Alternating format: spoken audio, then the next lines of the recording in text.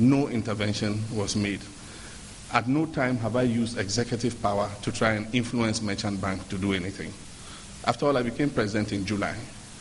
I could have influenced it, I could have dismissed the Merchant Bank board, I could have done things using executive power. I didn't do that. And so I have not played any role that conflicts in interest, that has conflict of interest. If you owe a bank, you must pay. And so engineers and planners must pay their debt to Merchant Bank, as everybody else who owes Merchant Bank. And I want to urge Merchant Bank and SNET to put in a task force to retrieve their debt. Because if we continue to run our banks like this, where are we going to get credit to give to the business community? The reason why credit is expensive in Ghana is because of bad debts. Whether it's engineers and planners, whether it's Abin Oha enterprises, if you owe a bank, go and pay. And so let SNET and Merchant Bank take steps to recover their monies. Other questions from various media personnel touched on developments on JIDA, SADA and SUBA investigations after news emerged there were shady deals in these public-private partnerships. The president said institutional weaknesses are to blame for delays in actions against persons involved. We delayed in putting the legislative framework in place and putting in place the systems of accountability and transparency. And so while they were commanding huge contracts in terms of signing with service providers, they didn't have the institutional capacity to monitor and ensure accountability in those projects. That was the underlying weakness. And so we've taken the bold step of working on it. I asked the AG's department and EOCO to work on it. They prepared some dockets for prosecution. They've kept updating me on a fortnightly basis. And I'm sure that soon we'll see, some action on JIDA. But even the Attorney General has called the service providers who were paid, those monies and has entered into agreements with them to refund the monies over a period of time. So I've received the report for SADA, and some instructions have gone out to retrieve some monies. And so the Attorney General is going to be working on that. And we'll take the steps that are necessary to ensure that the good people of Ghana's money is not squandered frivolously. Adjust tariffs to make it attractive. Or else then you must find money in the budget to subsidize the electricity tariffs. And if you do so, how do you build the secondary schools that you promised the people?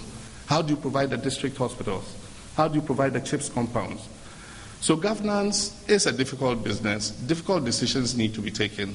And the mark of leadership is you take difficult decisions when they need to be taken. And that's what I've done. I believe 2014 is going to be a good year, and it's going to be the start of good things for Ghana. Answering questions on the competence of his appointees, the president consistently indicated he should be allowed to make his choices and be held responsible for them. As president, I have the privilege to decide who serves in my government, who leaves at what time. And so the decision is mine, and I've taken it, and I take responsibility for it. Every Ghanaian has his opinion about it, and President Rawlings expressed his. Some of you in the media have expressed your opinions in the media quite openly, but I am the coach. I can change any player at any time, in the 5th minute, in the 10th minute, in the 45th minute, in the 60th minute, even in the 89th minute. So leave the coach to do his work. Thank you. Speaking on his private holidays in Dubai during Christmas, he said there was a correlation between good governance and good rest. He announced administrative alterations soon to compel everyone adhere to institutionalized moments of rest from work. Sometimes people don't go on leave for quite devious reasons. They are sitting on something, they don't want to get off. So that if somebody comes and sits on, we'll see some things that exist. So even for good governance and accountability reasons, people must take leave and others must act for them for the period they are away, so that we have transparency and accountability. The president's response to Ghana's role in fighting terrorism was not different from what he had said so far. That is, no country, including Ghana, is immune from the canker.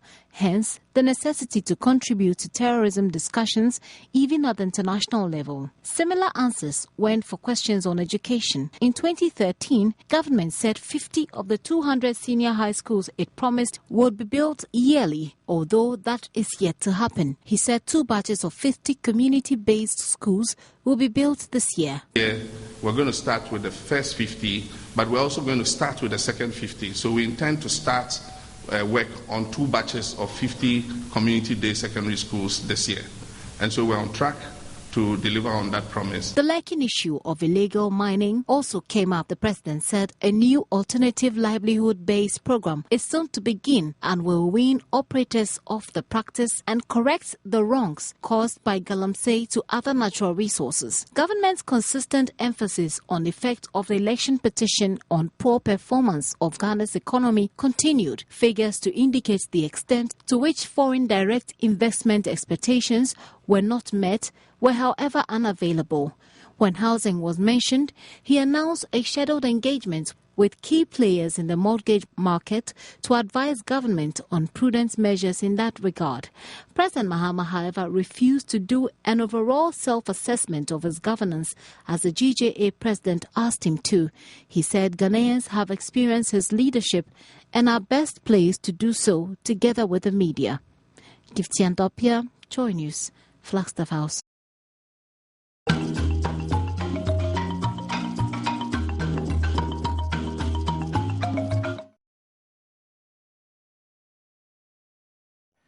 All right, Yasaba, text message line 1760. 1760. Now, Odia Brain, yet me, I can kind of temper. My brother said, and Pensem, you made in Ebro, or Badwam on Adom TV. Middleman Henry Kwabna Santi. So for me, sir, Didi Kai, Yabako, Ghana Journalists Association President, another. Brahman Penny, the Oboni Central for Shia, you know, some who do a kind, some who do a buy. Also, no dear modern bono, I saw any amanabro in Tiasia. Ever heard a call into that a year mid the press, no, and no day. And what you know, ever begin a TUC, Meka TUC, and as organized labor, Nefabi, she said the Omodos. So say the only one each there as in Libya. Then 7 say. On susu say merchant bank ni 40s won hihye no ne oman ko yie sa say yebetimi agemu prekopa ma bibia etimi akọ eno so ho asem yebehwe na yaka na ne kwakrakra say bre my kwan Catholic bishop bishops nso asa kasa on asem na say there should be that show of commitment on the part of whoever say ebako aye kwatia ketasehye any prayer and a montune ebe kama ebe papa ebe so any sanse wini ya kafua I de brewo impese mujumedi so ma o text message number on 1760 mesaka deputy minister local government and rural development era baba Jamal ewa hanim si oh Jamal afishapa afin government bibi aboko de Adom bibi aboko eti unkache Esho nyame Adom o shachiri din oh ne din ye edwuma se oni wayira no ni mbebi ohye ndizo umumi no ndizo bi ni ho sare tie chebe oba I see the local government no what you saying oh nyame Adom bibi akoso sene ya ye na ehunu no sene ye penwa na eko no afie nyame Adom a yebesi district assemblies bako 41 to all new districts now creating na obi abenya assembly seme no ka say contractors say team nim say ya publish ya bidding na bibie wie na me Adom a manti be ko na wie de na obi ansa kan letter okwakwhye ase okay and the district bia any assembly bia no yakwakosi new story one story ama assembly bia offices and everything so that they will properly betimi na baby pa betimi ayomadi but so say decentralization is moving we are yet decentralization but now we are even moving it further the koye nima ko say benya financial decentralization okay to where this year's composite budget na ya started and also the capable village districts no. There's one never be bam mama near Juma and Connie. Tinamia Duma, Fiwe, and Wajuma, and the end. But we say that regular checks on DC and MCs, no, from Moma Swear and once they go, as a mountains, a lot of lapses in terms of financial. No checks in the Usha, your 216 districts, metropolitan, municipal, and district assemblies. Internet debia na obetimi a call round so we check home by your systems or your reporting systems or because quarter bia na say DC bia dey report ba see a hwe report bi ankoni ya na yetu nipa na okho so what maze ko district bia your internet original coordinating councils RCCs no o majuma no me regional minister bia ni coordinating council no o mo dey so be coordinating councils na this is not war masini na some do report ba your security agencies do report ba as an assembly nangaza so dey report ba and the monitoring there was different levels of monitoring now ya dey hwe juma na wo mo ye no but metima aka asisudu ya say na me adom bibia akolo send the so far no when say send the president kind no last year na a very difficult year and tisika bebre anko district assemblies no send nka ye pe no but kakra na ekoye no medumi aka say ejuma bia wo so mo de no akono send the yepen so far no de medumi aka say in terms of our target no ya achieve be 80 to 90% in terms of what the monies are supposed to go and do but dodo na ye preparatory stage send a few we yentimi anya nema bebre ndama this year nangata ye prepare nema bebre ye will major things are ever on board street naming assembly buildings chip centers and all when major issues are ever up and but I hear a lot of background Juma Namia Duma a few bits in there send the president can be move into second year na enema concern na well I think area back amount for a assembly who your mama for say the dependency on the central aspect of it. That is ubia assembly bia re eshimaba ways and means of omomunyo musika no bia yembu juma assemblies known need that mandate to create and innovate ways and means of generating fund more by more self and I say what is happening because they are the dependency ratio I say yeah trend central in fact mrepino na a system failures so it must and system weaknesses assemblies no bebre wo kra na one ubisa assembly because say properties are here and the war assembly mu kra bi kra no woni so that must into ko awhwa bibi omugigi taxes ngwa ye bi regional capital district capital ngwa and this area suhumu abia suhumu ngwa ebia ko fodia ngwa indina nkra kase na bembe honi na no metwa hoja obati say den chambo a akwetia na ebia bodia ngwa na yejeje nkra akani na no obi anya den entry tax and this is the time yama street name anyway is to properly address the properties so that must you be corner property be yetimi ama na din yetimi ama na normal ekwan bia yedi din atoso enti no be ma say assembly bia in office grow but me say crow we wa ha me kokro we akɔgye tax we but ebet mama wetima computerize no kra because o computerize addresses na so bi tua obehu when tua o to office obetime was we on tua na we tua and ade bia one of the major things here say be improve omo internal generation for capacity so that matter send the be on botimi agege omo masika because enche bia no yon so ya dwen say assemblies bi ho krampo o say you mfi common fund so okay kwa assembly ho mania kodu ba bia so mo timi gina mo nanso and this government so ma simbi je no so ya de a ya dwen ho pa enti ne ye build capacities ndi build mo capacity na kodu ba bi ni hu say de sebe o ma me wo a edu ba bi so wa wo ho so ma say o ma me wo na otimi 19 na start we juma na watu aso wa ho and this is what we are doing and major focus no building capacity strengthening the institutions the Burma system nankasa no adding in terms of auditing because one here nso no one strengthening na corruption we na so eba up so that but those strengthening system no internal auditing or say ye juma reporting system say ye juma utimi nya we na ye juma obon say edin say no president kan corruption ni bi ogran nya corruption but a weakness oh they also mo ye disi we ano no o man ndi na we asay obaka say bia we dis kan so bi kura no mfa nsa ye den enkas kan so what was to we na ni ade a wo say ye den ye hwe for example because so wo grawa na see etua ukonsi ogum ti se den kura ebenwunegu ubaba no bo se na grawa na ubaka sa koda na okazo nkonzi no wa nkonzi no enso no akona de enwunegu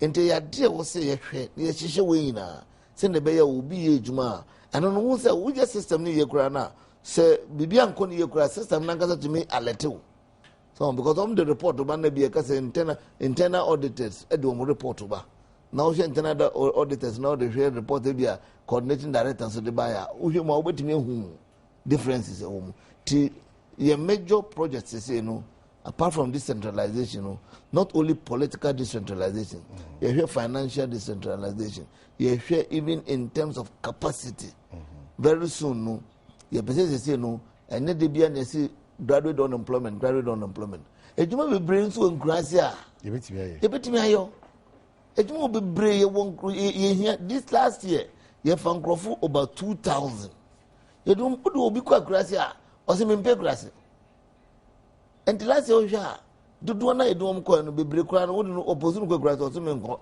ye na frem so admase to this time no wo mo e be form afie we na no eye wo mo a wo prepare say won be ko nkran because we a graduate na so ko krasi a se unim de na wenya no obetimi de koboa ho na o ka se me de da bi metna nkran so atogu nkran se me no ka se local government system you need one vacancy we baby enfa baby kura ni pa be mienu miensa no monte we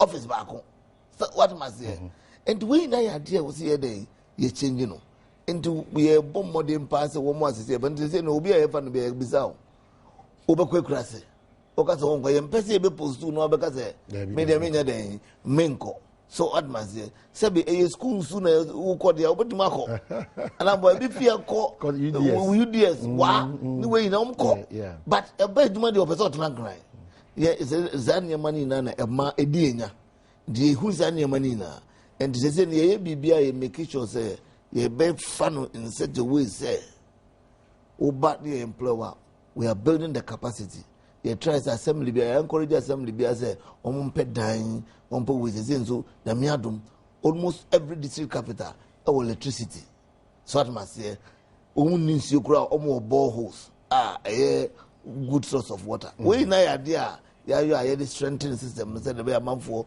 betimi akonkurasi akwakoye. Well, finally, local government has already a key and essential ministry.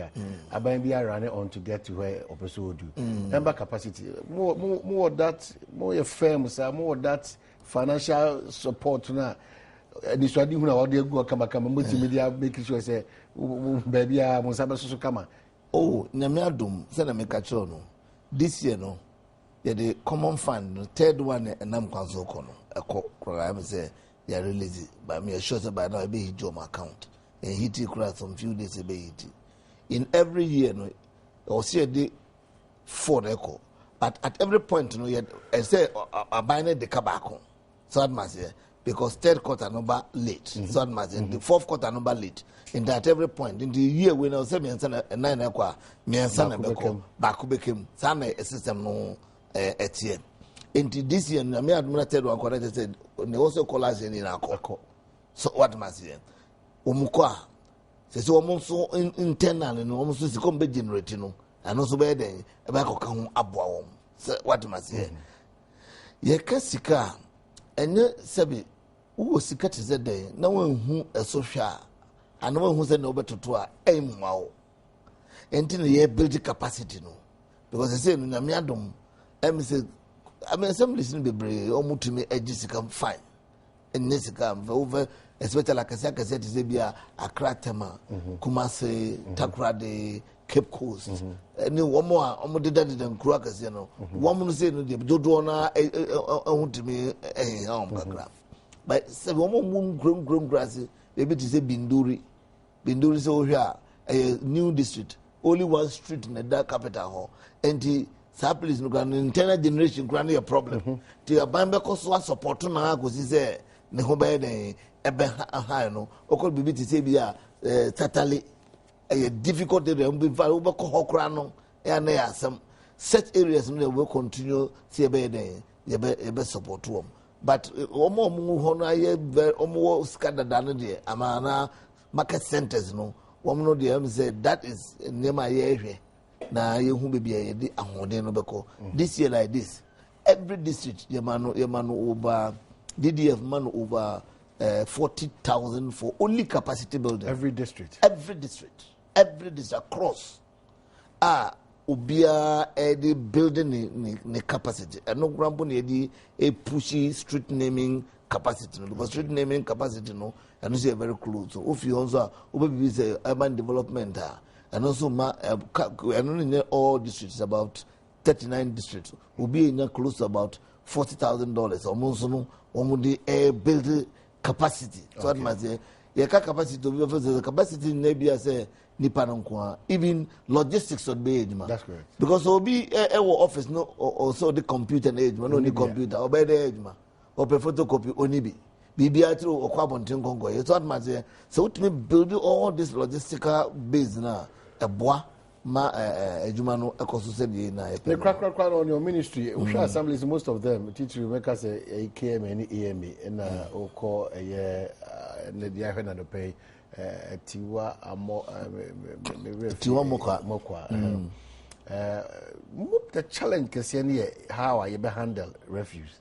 A queer papa, meaning say from Central, no, what did you say? This time, no, you targeted this particular style of tackling that project. It's a one word rule still. In fact, the first directive I am about office say every district and call Jiasasia or the refuse management. By first directive amount every district. This is your crack now.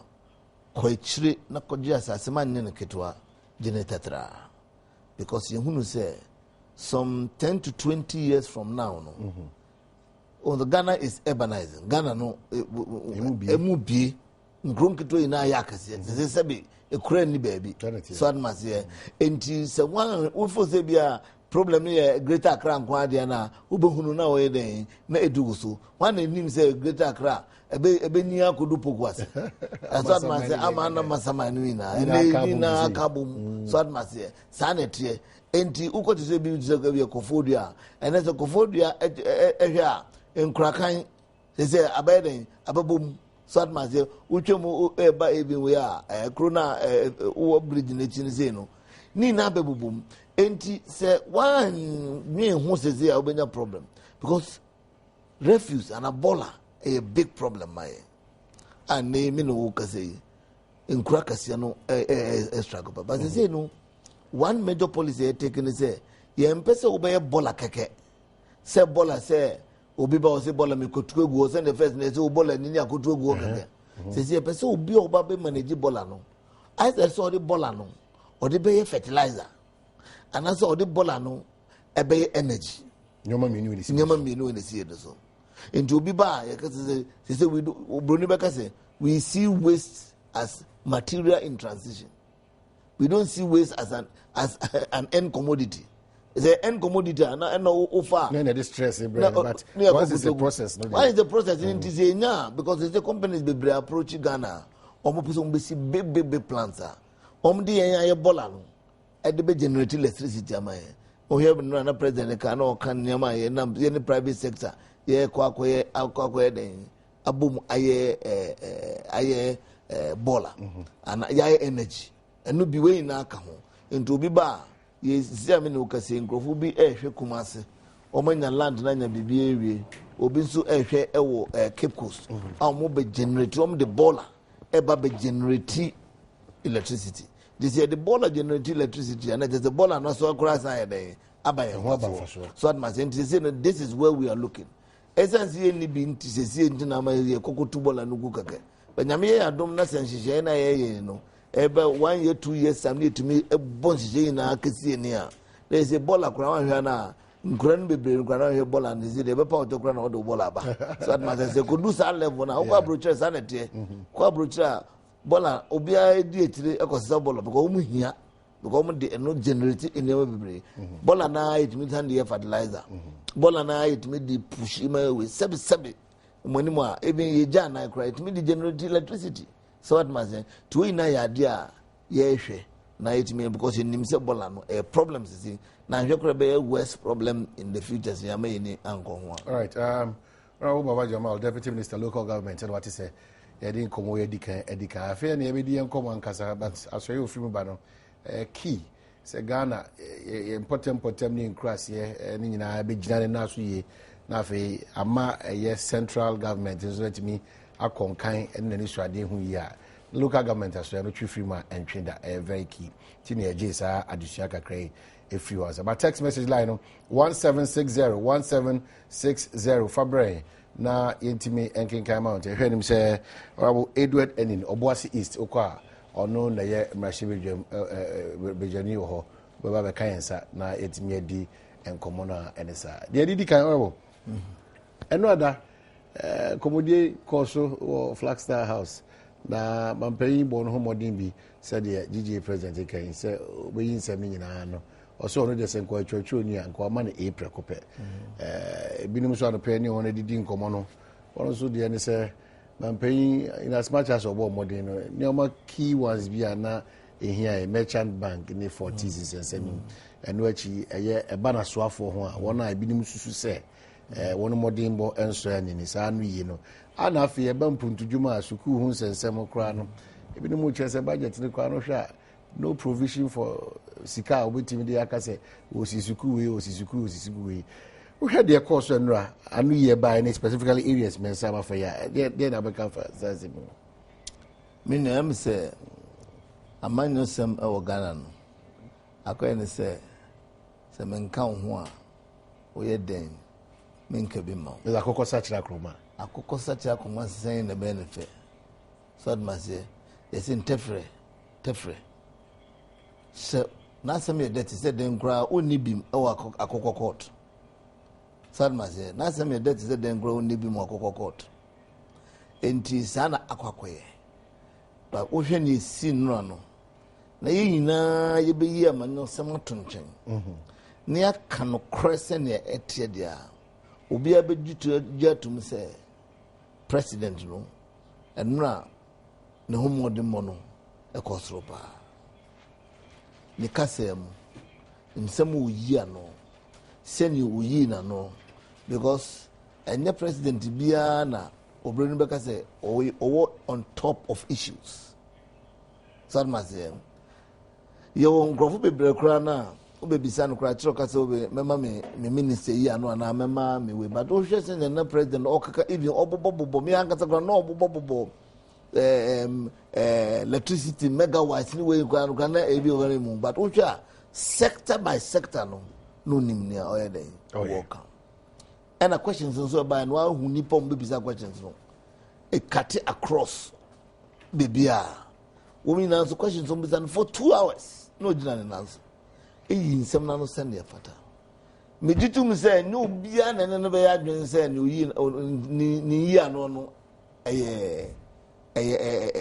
tosum den ya seven predators Jesus Christ probably jini pankwa no unya atamfo tiano de me mala mi na ka say da obeti say obia yi waye no na wadani fun ni de woko zadmaze se je uze fun etire de nka na somebody but utiase ngwa mojadi umu afrusa na ide eso otibi ote we den we sofo we den o bibi be kan but ye de ni na to nche na ehwe asem opanyin ya no a ensemo a omo kasa wen ya no for example uba merchant asem na Ghana for mesresi ye beti asese enye NDC mrewe ana president Mahama mrewe ene de loan ma ni nua no o mampanyin kufu apenso ana o mampanyin kufu ye president Mama Liu ye vice president eno we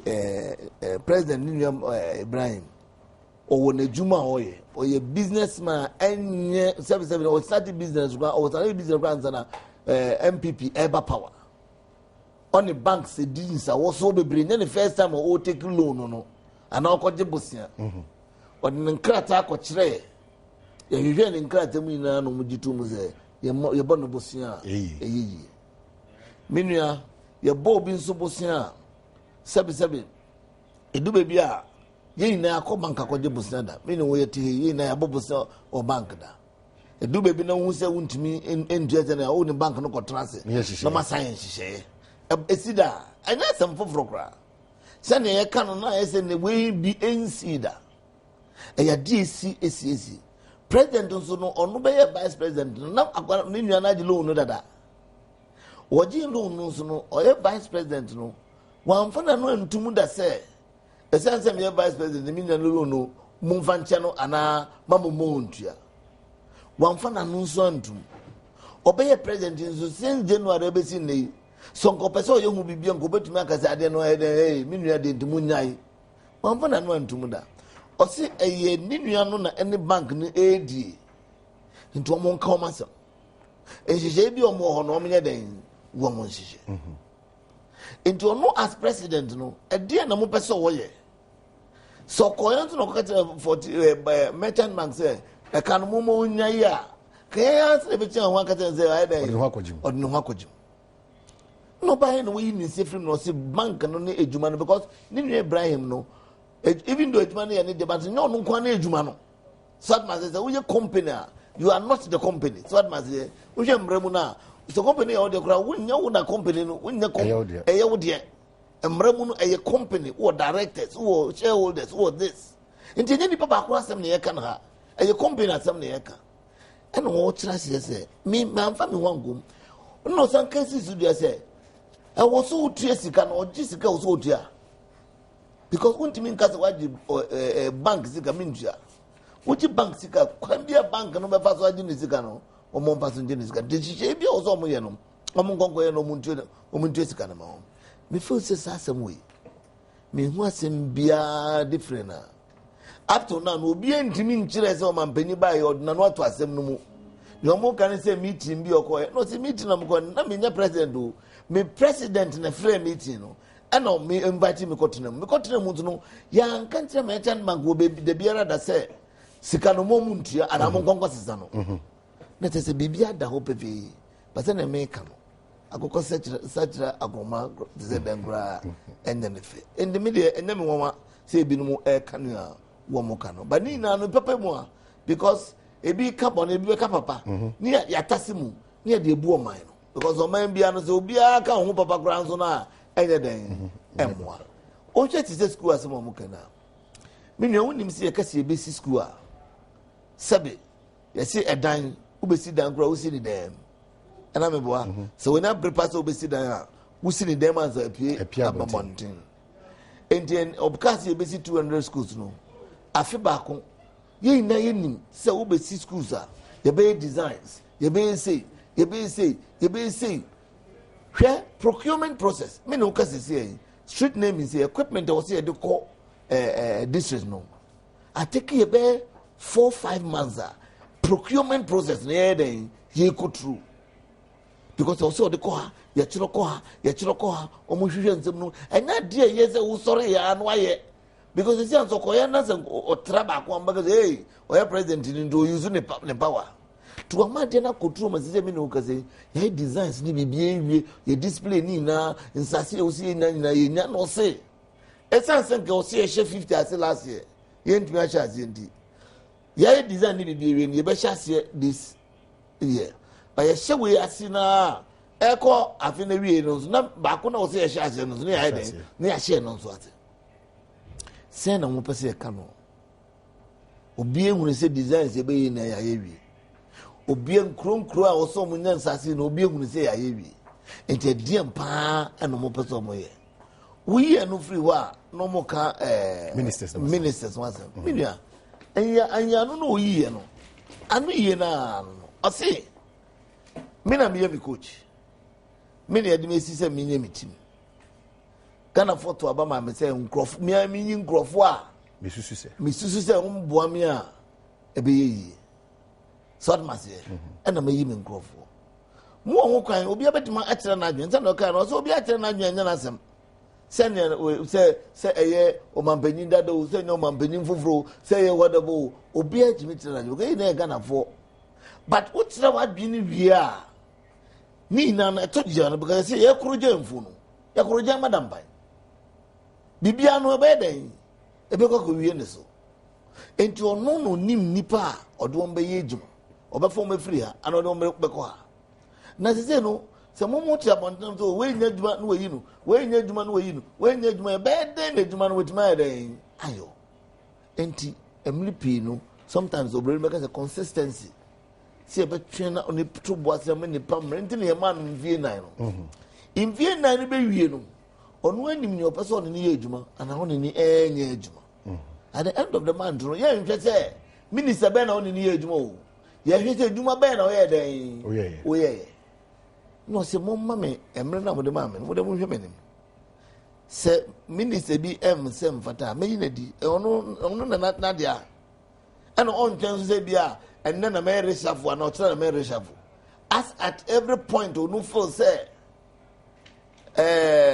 ɔsɛ oyi nipa ko edi no ana ɔsɛ ɔde obi foforɔ bɛm no ɔde no bɛbɛm no adwuma no akɔ so nti mɛsere sɛ saa ntɛm ɔka nyinaa no deɛ obiaa ɔtie adeɛ no nora na sɛ ɔbɛka ne nyame so nokora a ɛm sɛ ɔyi nsɛm no ano ɛne yɛka dumso yi obiaa ɛnka dumso biom obiaa nim sɛ yɛfiri dumso no mu sɛnea ɔhyɛ yɛbɔ sɛ yɛbɛfiri mu no ɛfiri mu nso asɛ sɛ yɛni problem bia ampa te sɛ mu ɔkora yɛ dɛn ɛba on board nti me nua me deɛ mewɔ awerɛhyɛm sɛ nea ɔyɛɛ no ne kwansoro no ɔkɔɔ no sɛ ne yɛ nyinaa yɛpɛ no ɔman no nyinaa na ɔsɛ wie no sɛ ɔman no nyinaa yɛ nyinaa yɛ man a ɛnyɛ ɔno nkwa ne man a obiaa wɔ ho kwan sɛ ɔbɛkyerɛ no adwuma na ɔbɛtu no fo and at the end of the day decisions ɔno ɔbɛtake no ɛno na ɔde ɔman no bɛkɔ n'anim. Alright, what is all right winning?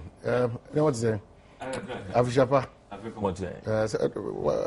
Constituency boko. Constituency boko. Bibia koso kama. Akai friends ahuta beba on side enaka. Ahuta be bibi na. Na se krom ha de yakopon na ama enkwane de nam ne ba se ahuto pa se normal koyie ma uye bibia ekoso de a. Ha me ende enyandu yaso. Ne sense. Ona na me be kra me pefu ato kra bra ma brands na me nya fu ato. Na we nya stress. And no person tell me full credit. What I say 2014 January ya to friends the tariff from fuel started by shortly. Na is you betu no. Na since when the fuel was a big issue. It's about 2 days. Me the minimum. Me call takwa. And regular. But I don't know what me buy. And I may try some tofu. Me do 2 stations almost be no. I feel me swim come na hitting motorway. Motorway so nya hit that last go we are sure. A form when we draw a queue. Na pom me chose me ba program me do them so.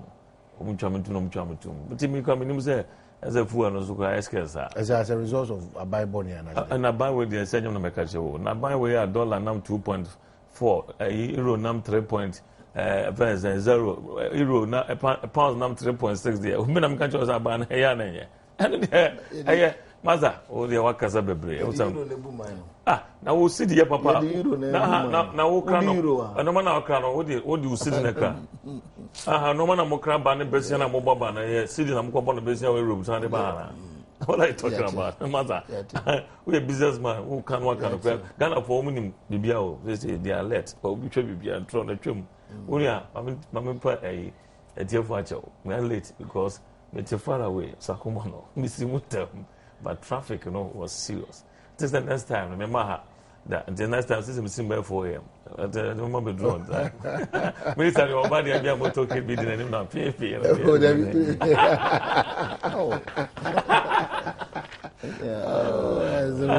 And what overpaying it out the body central for the course. Oh, both for them contract. I want to make some questions. The same course. The same course, you know. Me mom there questions are not me experience bia man for be fire but anyway so bia wo there here na or the no there you can't blame them too much but me them feel say sembusa no any who questions na answers na buy no there me to me there me feel say enya de be ehu bia ebi ni de way na friends friends on man penny otuo na question me ba about friends mini as mon okay power generation some question be why the answer was correct, right? So was ko bia na wan ko bi yeah me the man ko bi me me share no TV so me de hear me no and say economy no say omu kremu say ekoyi ye no tip honzo mu say ekoyi no and na hear me pa me feel say some more answer mo the mama's economy no is on track and no be ye no o hwe science na e ba na finche say economy we be hey I'm telling you 2014 I'm telling you pregnant with a lot of good things in country mo most of normal ton ha nyina wokra na exchange rate no the rate AC kosoro no now if you say no man ba wo mo de ba no so definitely almost per profit yes sir it different omba suba de to suka kra and ukojomu a opa saa yi ne etwamu comfort time ye hu bi ona saba and the price increase no changes in price of goods and services no even monthly sometimes every 2 weeks sometimes weekly unta kojoma na unta ntono ma hu so economy no go in that direction na dangerous now man assurance say ebe ya Abraham maybe be businessman maybe sense kind of the criminal man meaning what is going on in the system now me tell now back at him say am say enkoye no man kan say bekoye I'm not that type me there me na catch on no promises upon promises almost start your mama bebre work of budget na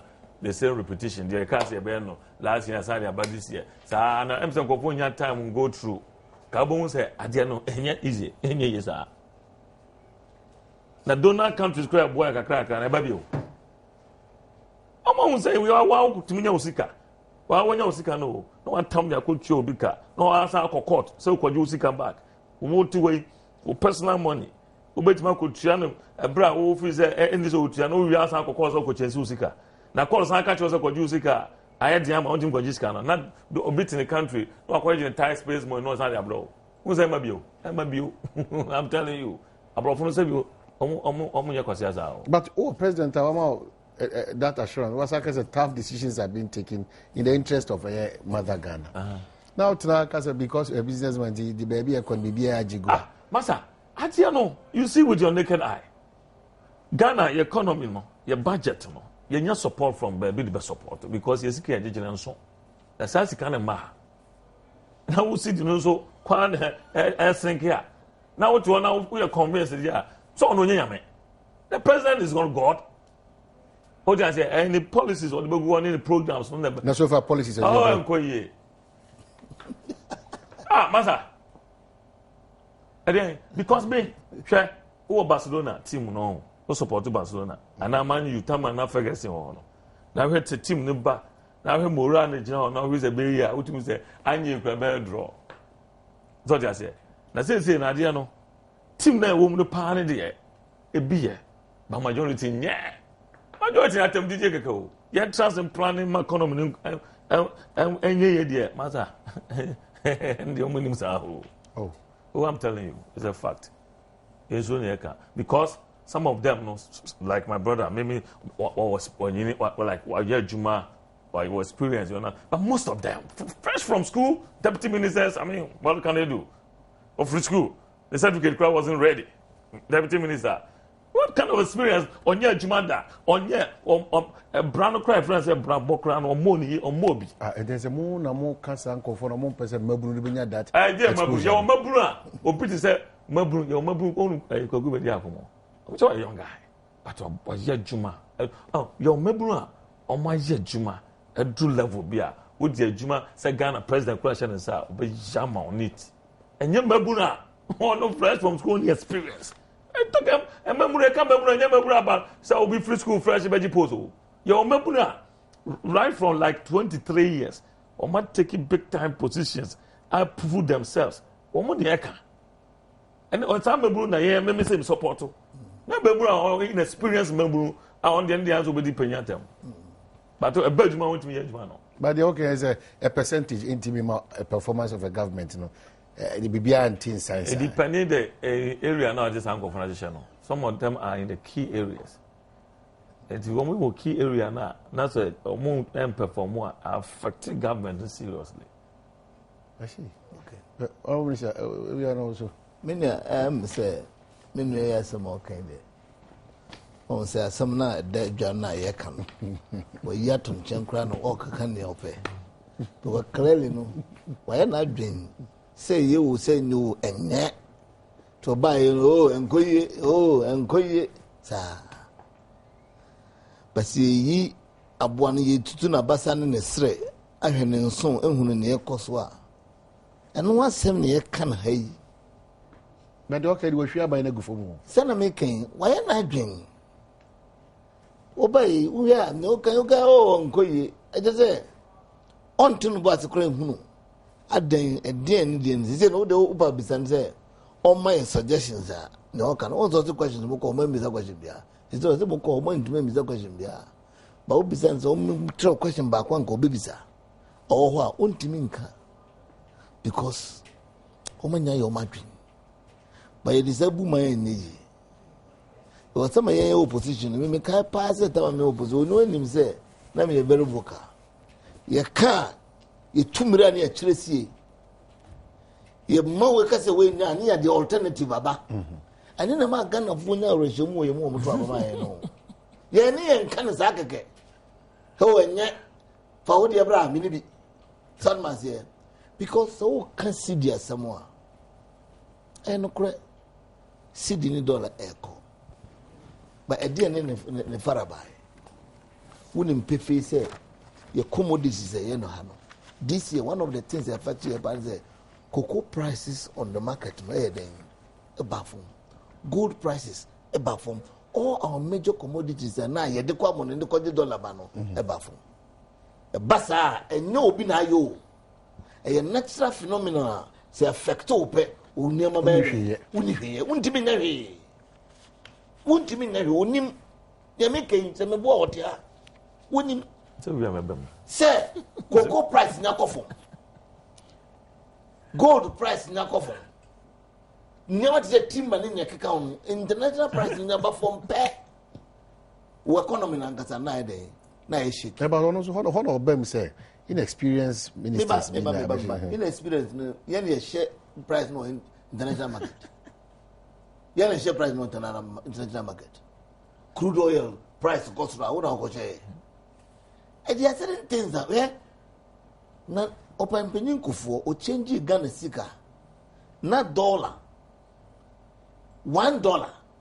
na a year 1 cedi 20 pesos.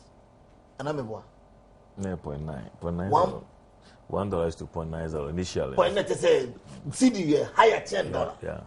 Initially stage. Initial million net cedi no I will higher more do $10.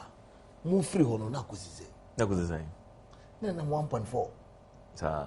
Unim. It is sa 2009 move free zone. Na dollar 1 cedi 40 pesos. For how many years? For at least 3. In fact, I don't know they're making it worse. No? That is in 2000 and it in this kind of 2006, 2007. So in a matter of 2 years, that's the way devalues can about 50%. It's not true. Okay. It was 1.150. It's not the 1.4. It's not true. When you guys were taking over. Okay. I'm going to cross out the end. Let's say above from that's but the rate. We talk about the rate. Oh, no, but I didn't want to hold on down. We talk about the rate. A cost. If I know so to say, share on my 4 years more president. Your man, deputy minister, no, just about 30 years. 29. 28, 29. Very good. It is a buffer. That time, no bush challenging a man opportunity. Can I come in here? Obey president. Your president or to say, or your deputy minister, no, also around the same age, 29, 30. And they obey president. You give the youth the opportunity to learn. and what? And come up with the system because they are part of the system and they must move with the system. Who call parliament the first time? Who call parliament? No why? Because I call parliament 2 times, 3 times now.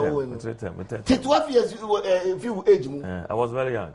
But I didn't know when I was a regional manager of an insurance company at the age of 29 years. What are you talking about? Maybe you don't know my record. Maybe you don't know my record. Some Quadana who can see a domaciano. Seeing Quadanina Bakubakunia Tromejumaya. Ebia now did what a broad yanos. Baby, who pay more than you was a different school about state. And you keep your cool, Mama, Baba, you are school by.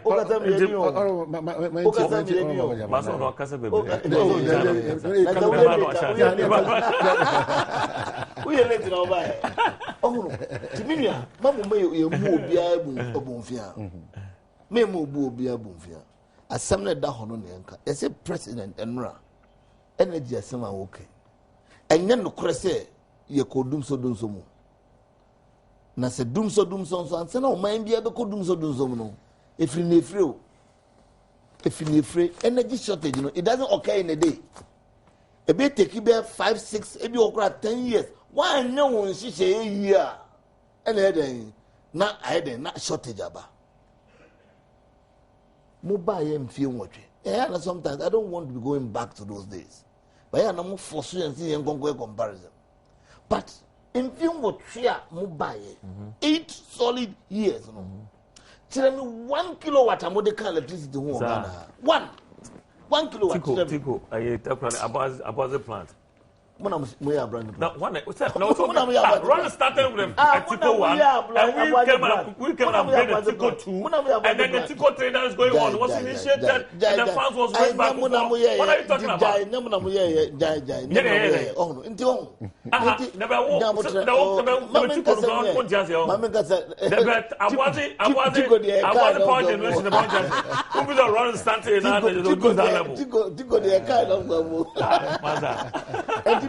Oh, mo kasa ho. Munya butre. Mono mi yenim. Mono. If it's good for you, if it's good for you. Allow minister in Ghana. Oh, nya butre. Kasa do so me bambu kasa. Mama kwan wa kasa. Unya time. Mono so minister say. If it's good, you court. If it's not good, court. What must you? Ya me kan ko si answer. Yende. President Takasa Jatum. Sir, 2013 was a difficult year. One may say was also cry. Or did you say, and Yama Eden, a Yadimpa, and not train the Farabai, a Yaden, every heart and the Cotia. When a ya, but who's the do baby cannot be say air or promise it. Or say, okay, some man can you me by you, obey the wound in a mayo. Right. Ain't he, or see ya, baby, say benefit, no what back. No, but say, oh, if you're quite over fast why on any year and going. What's one? Maza. Obey no one going. Propaganda ended there. Me buy magazine for nothing.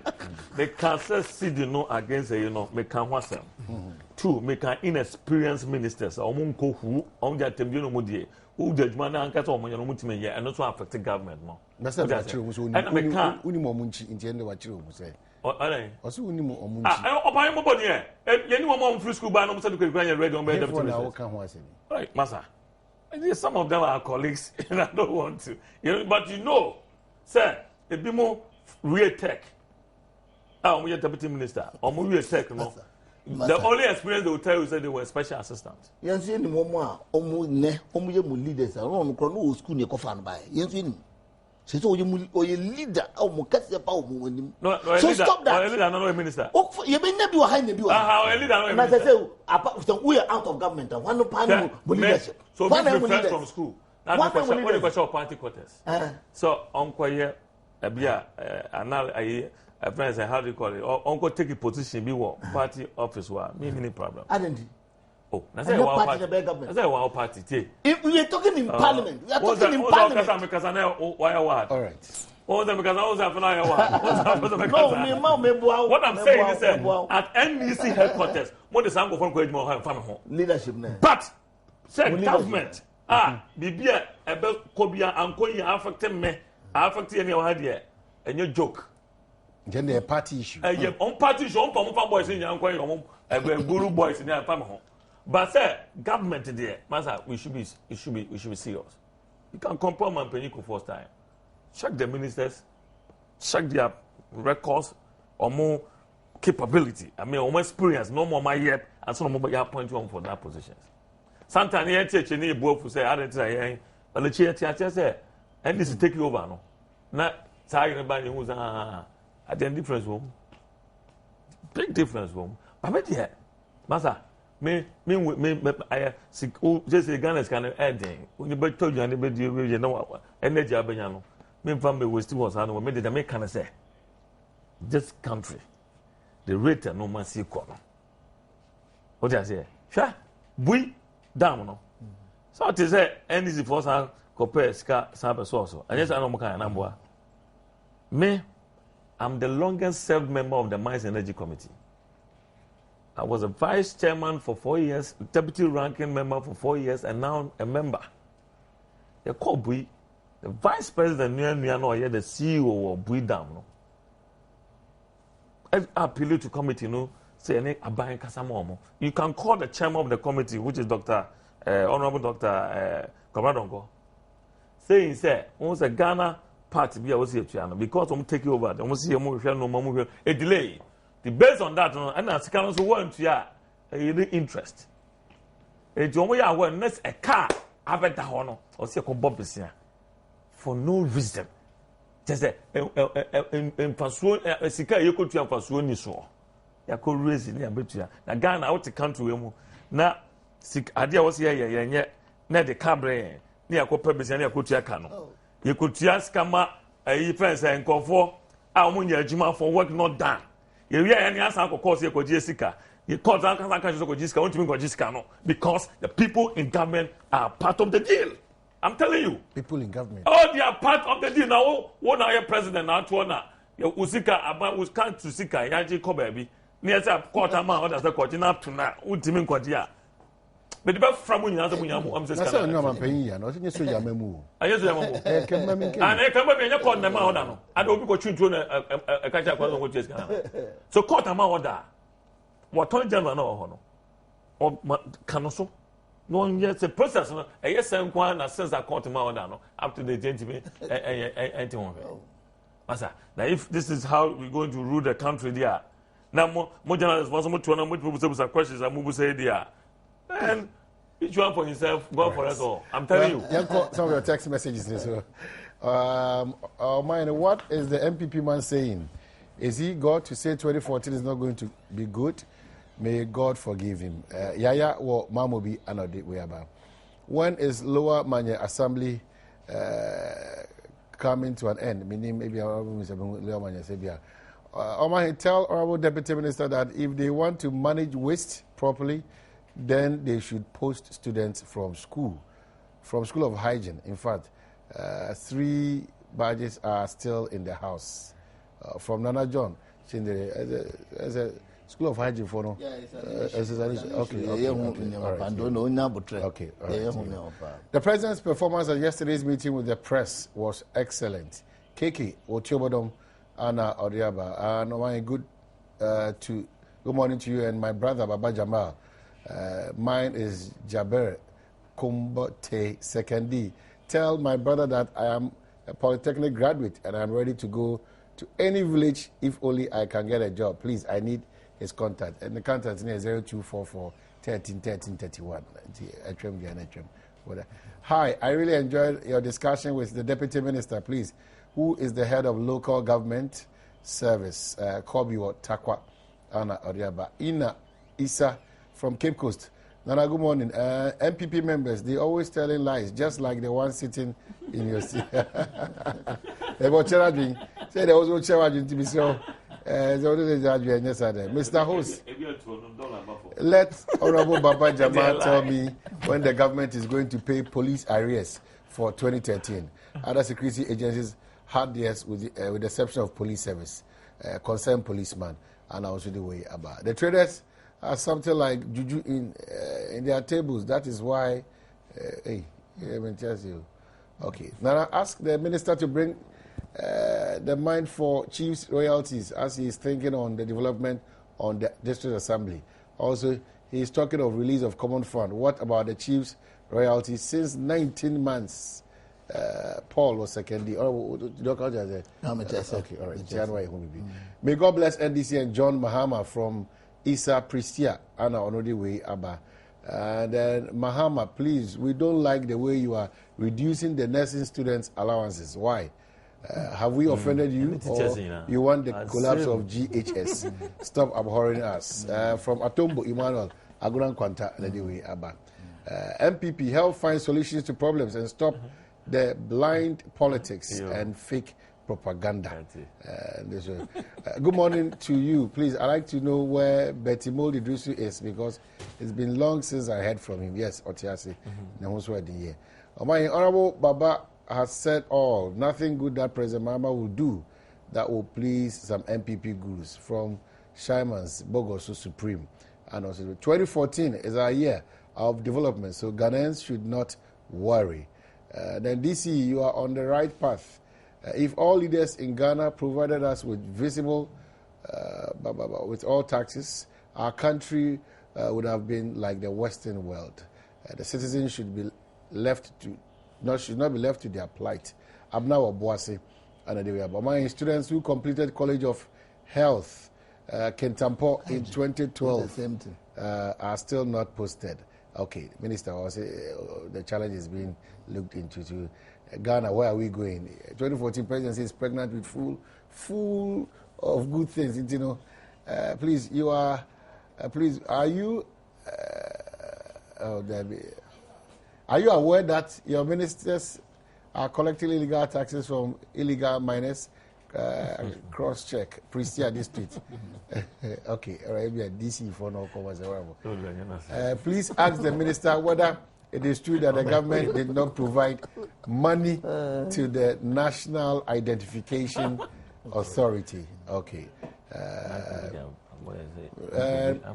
National Identification, people who carried out the registration in the Upper West region in August 2013 are not yet paid their allowances. Pius or Nandom, Anna Odiwe Abba. Okay, all right. So, I'm saying about hygiene, school of hygiene. Yeah. There's a little problem there. We are trying to sort it out. And we are looking into it seriously. We know about 2 budgets about out. We should have made provisions for them to be employed. And we are looking into that. Okay, all right. Jacob break about quickly. We'll wrap up on Catholic bishops who soon say one day to show commitment issues relating to corruption.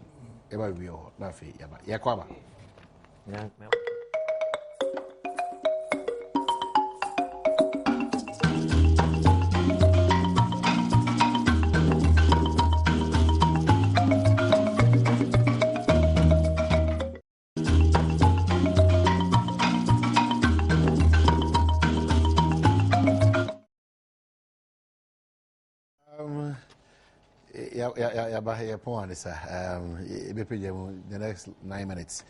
But in your baby single room, self-contained. Kokumblimle Achimota, Odoko, and La Paz. So you are working. Also on page and number is 0241 43 42 44. Inti single room self-contained Achimota, Kokumblimle, Odoko, La Paz area. Or was who be any kind of thing? I'm some Pama me offer. Mesum no my offer a year or mine work in pageant. Other pages. Come on, then. It just already be there. I just want to cry. I will go down. We're not probably open your buy to a merchant bank. Oh, yeah. Merchant bank in there. In fact, pensions money. Menumia it may be a copy. I was saying, interest, but maybe worried. They see a parliament on narrow. Oh, I didn't. There are some questions they are raising. I perceive who the truth. One is, where is the money coming from? Your money laundering law, it is kept by no business based on Emraya Wahana. Now, so Makwamu, who they are. We say, Ghana mrana yetotunase. 2. The same shareholders me saying Mausi ne area Mausi 51%, area 29%. Mausi director of first a bank here or na ekoto merchant bank. And the area more Attorney General office. Again, lawyer or lawyer ma a friend saying a 40 for mobile airbay. Well, not the same lawyer ma the president of the country, His Excellency John Mahama. And just here and far.